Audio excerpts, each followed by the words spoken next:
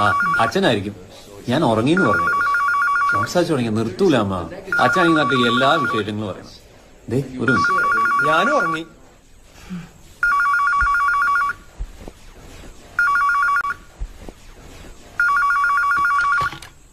Hello, നീ ഇത് എവിടെയായിരുന്നു?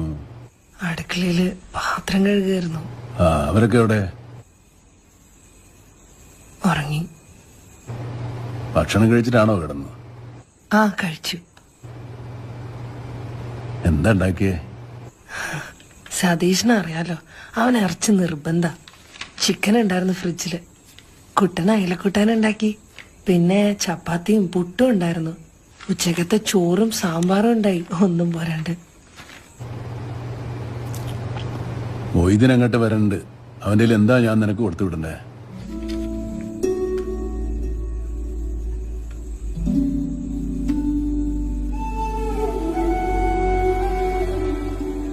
നിങ്ങൾ ഒരു ദിവസം ഇട്ടൊരു ഷർട്ട് അലക്കാട്ട് കൊടുത്തു വിടോ?